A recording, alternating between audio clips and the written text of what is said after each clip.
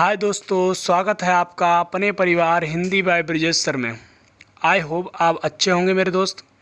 और इस समय आप तैयारी कर रहे होंगे, प्रिपरेशन आप अच्छे से कर रहे होंगे मेरे भाई। डटे रहिए मैदानों में और मंजिल का सहारा है। आने वाले समय में हर मेरे भाई, हर मेरे दोस्त, हर मेरे मित्र को वो सहारा मिल जाएगा। बेरोज़गार हो तो आपको एक रोज़गार मिल जाएगा अगर आप दिन और रात लगातार मेहनत करेंगे मेरे भाई। तो आज मैं बात करने वाला हूँ भाषा विशेष पर। तो आइए और मेरे साथ बने रहिए और हमारे चैनल को लाइक और सब्सक्राइब जरूर करिए मेरे भाई। कमेंट तो आप ज़रूर करिए, हमारे चैनल को सब्सक्राइब ज़रूर करें। आइए और हम आपके बारे में और आज भाषा के बारे में और सभी के बारे में, जो हमारा भारत है उसमें भाषा का क्या सिस्टम है, आप देखिए और बने रहिए। तो आज बात करते हैं हिंदी भाषा का विकास। तो देखिए मेरे भाई, बात करेंगे कि हिंदी भाषा का विकास कहाँ से कहाँ तक हुआ और कैसे हुआ है। तो देखिए, बात करेंगे हिंदी भाषा का विकास। तो हिंदी भाषा का जो विकास है, भाषा भारत, देखो बात करते हैं भाषा की। तो आइए, भाषा परिवार के आधार पर हिंदी बहुरूपीय परिवार की भाषा। क्वेश्चन आएगा कि जो हिंदी भाषा है वो किस परिवार की भाषा है। तो आप क्वेश्चन में देखिएगा, ऑप्शन बहुरूपीय परिवार लगाइएगा। बात करें भारत में 4 भाषा परिवार हैं। कौन कौन से हैं ये देखते हैं। बहुरूपीय परिवार, द्रविड़ परिवार, आस्ट्रिक परिवार और चीनी तिब्बती परिवार। तो मेरे दोस्त, आई होप आपको समझ में आ रहा होगा। बात करने वाले हैं भारतीय आर्य भाषा। भाषाओं को 3 भागों में बांटा गया मेरे भाई। प्राचीन भारतीय आर्य भाषा, मध्यकालीन भारतीय आर्य भाषा, आधुनिक भारतीय आर्य भाषा। बात करेंगे इनके समय की। तो देखिए, हिंदी भाषा, प्राचीन हिंदी जो है 1100 से 1400 ईस्वी तक मानी जाती है। मध्यकालीन 1400 से 1850 मानी जाती है मेरे भाई। और अब बात करेंगे आधुनिक हिंदी की। तो 1850 से लेकर अब तक हमारी आधुनिक हिंदी चल रही है मेरे भाई। बात करें हिंदी की आदि जननी क्या है। तो हिंदी की आदि जननी है आपकी संस्कृत।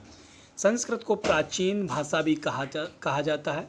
सामान्यतः हिंदी भाषा के इतिहास का आरंभ अपभ्रंश शौरसेनी से माना जाता है। अपभ्रंश से जाना जाता है और माना भी जाता है। अब बात करते हैं हिंदी भाषा का विकास, क्रम और विकास।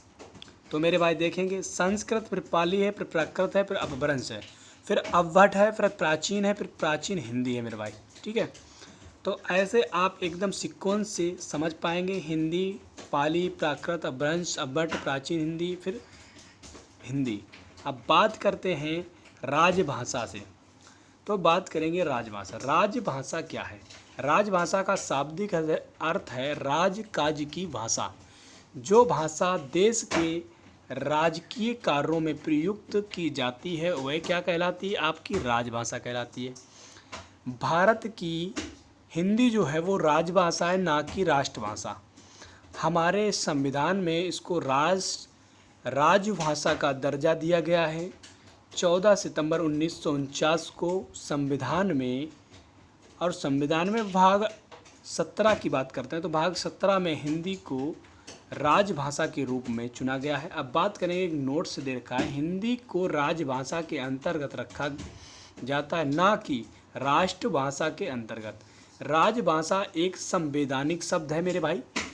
क्वेश्चन आता है कि राजभाषा कैसा शब्द है, तो बताइएगा संवैधानिक शब्द है मेरे भाई।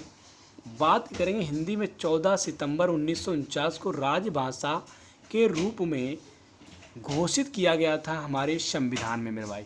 अब बात करते हैं, क्वेश्चन आता है कि हिंदी का संकलन किस भाषा में दे रखा है। तो भाग 17 में। अब भाग 17 की बात करें तो अब कहेगा कि कौन सा आर्टिकल, हिंदी कौन से आर्टिकल में दे रखी है। तो आर्टिकल 343 से लेकर 351 तक हिंदी की राजभाषा के रूप में वहाँ पर अंकित है और उसके बारे में विवरण दे रखा है मेरे भाई। बात करते हैं आइए देखिए, भारतीय संविधान के भाग 17 में आर्टिकल 343 से 351 तक राजभाषा संबंधित प्रावधान दिए गए हैं मेरे भाई। बात करते हैं आर्टिकल 343 में कहा गया संघ की राजभाषा हिंदी तथा लिपि देवनागरी होगी। देवनागरी लिपि की उत्पत्ति ब्राह्मी लिपि से हुई है मेरे भाई। अधिकतर भारतीय भाषाओं का विकास ब्राह्मी लिपि से हुआ है। अधिकतर जो भाषाएं हमारी भारतीय भाषाएं उनका विकास ब्राह्मी लिपि से माना जाता है। अब बात करेंगे भारतीय संविधान की 8वीं अनुसूची में प्रारंभ में 14 भाषाएं थीं। आज कितनी भाषाएं हैं? अगर कहता है मूल संविधान में 14 भाषाओं अंकित थी। आज कितनी? आज 22 भाषाओं के बारे में अंकित है मेरे भाई। अब बात करते हैं 1 अक्टूबर 1953 भाषाई आधार पर पहला राज्य अपना बना था आंध्र प्रदेश। ये बना था 1 अक्टूबर 1953 में बना था मेरे भाई। भारत की बात करें भाषाई के आधार पर कौन सा राज्य बना है, तो प्रथम राज्य आंध्र प्रदेश होगा मेरा भाई। बात करते हैं संविधान सभा में हिंदी को राजभाषा को बनाने का प्रस्ताव किसने दिया था, तो गोपाल अयंगर ने, हमारे एक महान नेता हैं गोपाल अयंगर ने रखा था मेरे भाई। बात करते हैं नागरी प्रचारणी सभा की स्थापना 1853 में शिव कुमार ने तथा बाबू श्याम सुंदर दास ने की थी।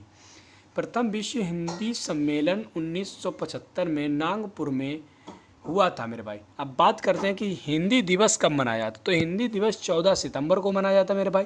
अब बात करते हैं विश्व हिंदी दिवस कब मनाया जाता है, तो विश्व हिंदी दिवस ये क्वेश्चन बहुत बार आया है, इतनी बार रिपीट हुआ है भाई साहब कि आपको बताएं क्या कहीं भी आप बैठ जाओ तो हिंदी का अगर टॉपिक थोड़ा सा भी है तो वहीं से तुरंत एक क्वेश्चन डाल देते हैं। विश्व हिंदी सम्मेलन हमारा हुआ था 1975 में, नागपुर में हुआ था। अब बात करते हैं कि विश्व हिंदी सम्मेलन तो वो नागपुर में हो गया था। उसी दिन से 10 जनवरी को विश्व हिंदी दिवस मनाया जाता है। प्रथम विश्व हिंदी सम्मेलन 1975 में नागपुर में हुआ था। तो अब बात करते हैं कि विश्व हिंदी दिवस कब मनाया, तो विश्व हिंदी दिवस 10 जनवरी को मेरे भाई मनाया जाता है। बात करें हाल ही में 11वां विश्व हिंदी सम्मेलन अगस्त 2018 में मॉरिशस में हुआ था मेरे भाई। अब आप लोगों को समझ में आ रहा होगा मेरे भाई। अब बात करते हैं कि आपको यहाँ पे भाषा का विकास, भाषा को कैसे अपने संविधान में लिया गया और कैसे उसको राज्य का दर्जा दिया गया है मेरे भाई। और बात करते हैं कि हिंदी भाषा की जो लिपि है वो देवनागरी है, और संस्कृत की है ब्राह्मी लिपि है, और पंजाबी की आपकी गुरमुखी हो जाएगी, और आपकी उर्दू की फ़ारसी हो जाएगी, और इंग्लिश की आपकी जो लिपि हो जाएगी वो रोमन हो जाएगी मेरे भाई। तो आप लोग, आई होप ये क्लास अच्छी लगी होगी। कमेंट करके ज़रूर बताइएगा हमारी क्लास कैसी लगी आपको, और कमेंट करिए, शेयर करिए, सब्सक्राइब करिए, और जय हिंद जय भारत। तो हमारे साथ बने रहिए और ब्रजेश राजपूत को अपना सारा प्यार दीजिए। हमारे चैनल को लाइक और सब्सक्राइब कीजिए। जय हिंद जय भारत।